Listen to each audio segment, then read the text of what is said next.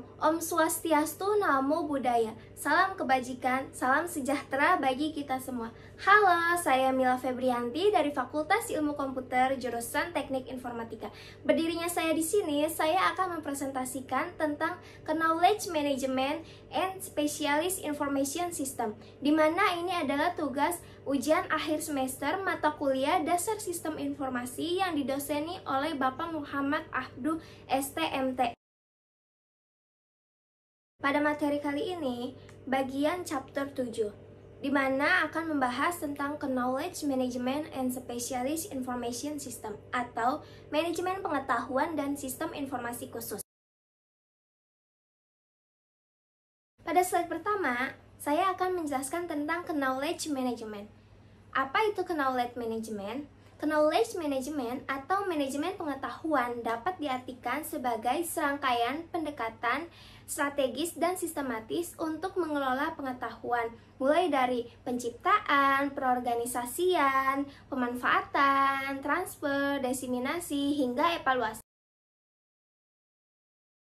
Slide selanjutnya, yaitu tujuan penerapan Knowledge Management atau manajemen pengetahuan. Bagaimana cara penerapannya? Di sini ada 4 poin. Poin yang pertama, penghematan waktu dan biaya. Maksud dari penghematan waktu dan biaya, dengan adanya sumber pengetahuan yang terstruktur dengan baik, maka organisasi tersebut akan mudah untuk mengelola pengetahuan tersebut. Poin yang kedua, peningkatan produktivitas.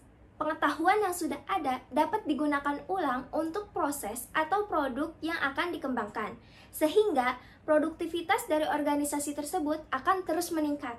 Poin yang ketiga, kemampuan beradaptasi. Organisasi akan dapat dengan mudah beradaptasi dengan perubahan lingkungan bisnis yang terjadi. Poin yang terakhir adalah poin keempat, peningkatan aset pengetahuan. Sumber pengetahuan akan memberikan kemudahan kepada setiap karyawan untuk memanfaatkannya, sehingga proses pemanfaatan di lingkungan organisasi tersebut akan terus meningkat. Pada slide selanjutnya, yaitu contoh Knowledge Management. Ada 3 contoh. Contoh yang pertama, Survey Money. Basis pengetahuannya memungkinkan penggunaan untuk mencari berdasarkan kata kunci atau topik. Yang kedua, Microsoft. Basis pengetahuannya disusun dalam video, pelatihan, dan bahkan pembicaraan yang bermanfaat dengan manajer produk. Dan contoh yang ketiga, Canva. Sangat mudah dinavigasi serta dicari basis pengetahuannya. Pada slide selanjutnya, ada fungsi Knowledge Management. Apa saja yang termasuk fungsi Knowledge Management? Terdapat 4 fungsi. Fungsi yang pertama, meningkatnya efisiensi dan produktivitas. Manajemen pengetahuan dapat mengakses dengan mudah dan cepat untuk mencari informasi yang relevan. Fungsi yang kedua, meningkatkan kolaborasi. Manajemen pengetahuan dapat meningkatkan koordinasi dan komunikasi di seluruh organisasi. Fungsi yang ketiga, retensi dan pemindahan pengetahuan. Manajemen pengetahuan membantu organisasi dan menjaga pengetahuan yang berharga. Fungsi yang terakhir, pengembangan karyawan. Manajemen pengetahuan dapat memberikan akses sumber daya, pengembangan dan penelitian bagi setiap karyawan. Pada materi selanjutnya, saya akan membahas Specialist Information System atau sistem informasi khusus. Maksud dari sistem informasi khusus, sistem yang mengkombinasi kegiatan manusia dan penggunaan teknologi dalam upaya mendukung manajemen dan kegiatan operasional untuk memudahkan mencari data maupun informasi yang sedang dibutuhkan. Pada slide selanjutnya, di sini ada tujuan sistem informasi khusus. Apa aja yang termasuk tujuan sistem informasi khusus? Ada 4 poin. Poin yang pertama, mendukung proses bisnis khusus. Untuk mendukung proses bisnis khusus atau suatu kegiatan organisasi yang unik dalam suatu organisasi. Poin yang kedua, mengintegrasikan data dan informasi. sistem informasi khusus dapat diintegrasikan dengan sistem informasi lainnya dalam suatu organisasi untuk mendapatkan data dan informasi. Poin selanjutnya, poin ketiga, meningkatkan efisiensi operasional. Maksud dari meningkatkan efisiensi operasional untuk membantu meningkatkan efisiensi operasional dalam bentuk unit atau departemen tertentu. Poin yang terakhir, meningkatkan layanan pelanggan. Sistem informasi khusus dapat dirancang untuk meningkatkan layanan pelanggan menjadi yang lebih baik. Slide selanjutnya terdapat contoh sistem informasi khusus. Ada 4 poin. Poin yang pertama, sistem informasi manajemen proyek. Maksud dari sistem informasi manajemen proyek digunakan oleh Departemen Manajemen untuk mengelola seluruh siklus hidup proyek, termasuk perencanaan, pengelolaan, pemantauan, dan evaluasi. Contoh selanjutnya, ada sistem informasi produksi untuk Departemen Produksi atau Manufaktur. Contoh yang ketiga, sistem informasi sumber daya manusia. Maksud dari sistem informasi sumber daya manusia untuk mengelola data karyawan, administrasi gaji, manajemen kinerja, pelayanan hingga pengembangan. Contoh yang terakhir, contoh keempat, sistem informasi penelitian dan pengembangan proyek. Maksud dari sistem informasi penelitian dan pengembangan proyek untuk mengelola atau mengembangkan proyek, menganalisis atau mengumpulkan data hingga berbagi sistem informasi penelitian kepada proyek lainnya. Slide selanjutnya, ada fungsi sistem informasi khusus. Terdapat 4 fungsi. Fungsi yang pertama, mampu menjadi tingkat ketersediaan kualitas dan pengalaman dalam mengelola sebuah sistem informasi secara kritis dan logis. Yang kedua, mampu meningkatkan produktivitas kerja pada semua pihak. Yang ketiga, mampu menganalisa dan meminimalisir terjadinya kerugian dari sisi ekonomi. Dan yang terakhir, memberikan aksesibilitas yang baik kepada pengguna dapat mencapai tujuan perusahaan secara cepat berdasarkan dukungan data yang dapat dipertanggungjawabkan.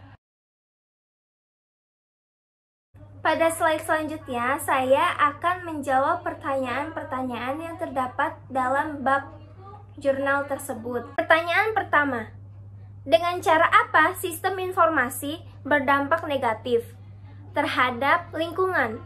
Apa ada efek positifnya juga?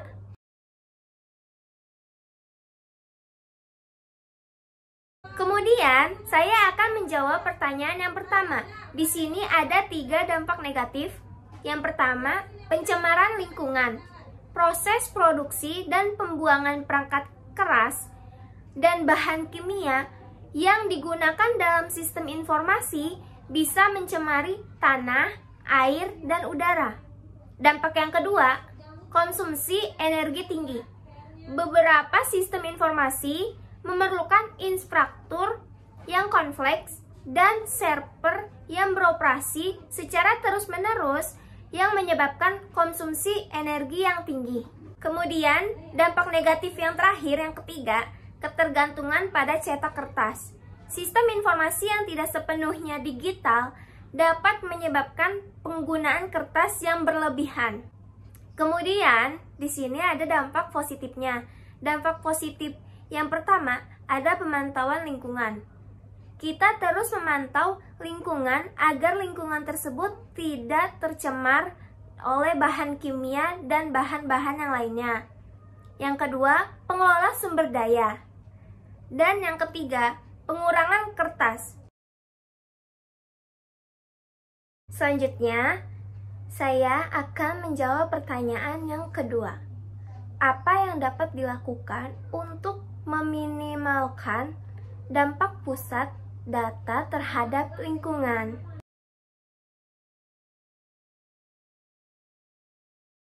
Di sini saya akan menjawab bagaimana meminimalkan dampak pusat terhadap data. Ada 3 dampak. Dampak yang pertama, evaluasi perencanaan. Lakukan audit energi untuk mengidentifikasikan sumber daya yang paling boros dan cari cara untuk mengurangi konsumsi energi secara keseluruhan. Dampak yang kedua, teknologi virtualisasi. Gunakan teknologi virtualisasi untuk mengonsolidasikan beban kerja pada server fisik yang lebih sedikit. Dampak yang ketiga, pantau tinjau. Terus pantau dan tinjau metode dan kebijakan yang telah diimplementasikan dan identifikasikan kesempatan untuk terus meningkatkan efisiensi dan mengurangi dampak lingkungan. Kemudian saya akan menjawab pertanyaan yang ketiga. Pertimbangkan ketergantungan yang berkembang pada masyarakat dan apa resikonya kepada masyarakat. Di sini saya akan menjawab pertanyaan yang ketiga. Ada 3 poin. Yang pertama, kerentanan terhadap gangguan. Ketergantungan yang tinggi pada pusat data membuat masyarakat lebih rentan terhadap gangguan atau kegagalan dalam operasional pusat data. Yang kedua, dampak lingkungan. Seiring dengan pertumbuhan pusat data, konsumsi energi yang sangat meningkat. Dan yang terakhir, ketiga, ketergantungan ekonomi. Ketergantungan ekonomi yang kuat pada industri pusat data bisa membuat masyarakat rentan terhadap fluktuasi pasar dan perubahan kebijakan industri. Kemudian saya akan menjawab pertanyaan yang terakhir, pertanyaan yang keempat. Bagaimana geografi planet kita apa bisa berubah pertumbuhan pusat data terus meningkat? Pertumbuhan pusat-pusat data yang terus meningkat dapat memiliki dampak pada geografi planet kita. Dan pertumbuhan teknologi informasi dan kebutuhan akan kapasitas komputasi terus berkembang, sehingga permintaan untuk pusat data mungkin tetap tinggi dalam jangka panjang. Namun, dengan kesadaran tentang isu-isu lingkungan dan upaya untuk beralih ke sumber energi terbarukan serta meningkatkan efisiensi, kita dapat mencoba untuk mengurangi dampak negatif dari pertumbuhan pusat data pada geografi planet kita. Penting untuk mencatat bahwa dampak geografis dari pertumbuhan pusat data bervariasi tergantung pada kebijakan, regulasi, dan tindakan yang diambil oleh pemerintah, industri, dan masyarakat untuk mengelola dan mengatasi tantangan ini dengan kebijakan. Cukup sekian presentasi dari saya. Apabila ada kata-kata yang salah, mohon dimaafkan. Wabillahi taufiq wal hidayah. Wassalamualaikum warahmatullahi wabarakatuh.